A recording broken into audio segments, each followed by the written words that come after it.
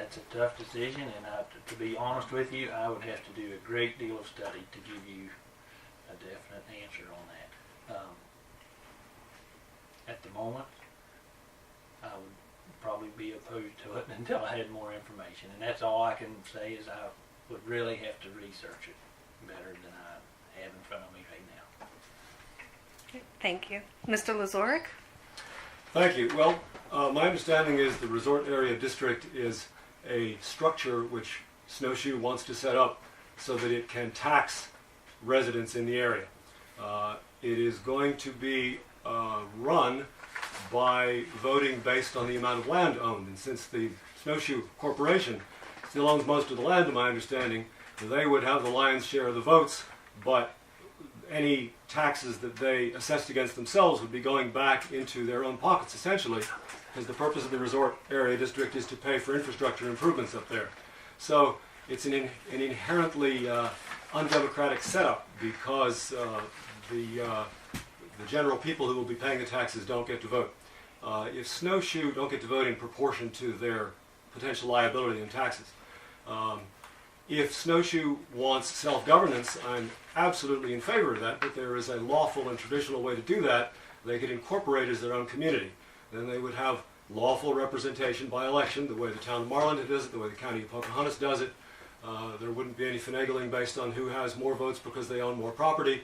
And then they could assess their own taxes for their own improvements. Based on my understanding that this is an undemocratic way for Snowshoe to squeeze their property owners, I oppose it. Maybe they will bring more information, but that's my position at the moment. That's my understanding of it. Thank you.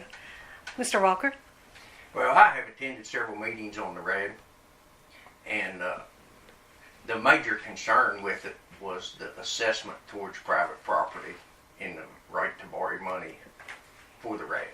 But the reason for the RAD is it's taken the place of the mountaintop assessment, which is slowly disappearing over the next 5 years with exemptions in the deeds. I think it will be a major benefit for the Snowshoe area for maintenance for the roads, for potential law enforcement division, for the fire department, for the EMS.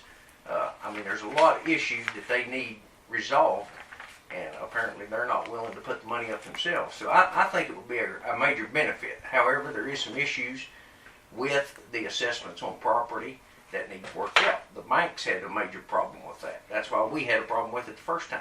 But they're renegotiating that. I attended a meeting about a month ago on it, and I think when they bring it back, it's going to be something that the county can deal with. And I'm in favor of it, but I'm in favor of it working for everybody. And the way it was presented before, there was a lot of potential problems with county issues and private issues of homeowners on the mountain. But like I say, I have agreed to attend the meetings. I've done been to one new meeting, and I think the issues will be resolved, and it'll be put forth to a plan that everybody can deal with and work with and benefit everybody in the end.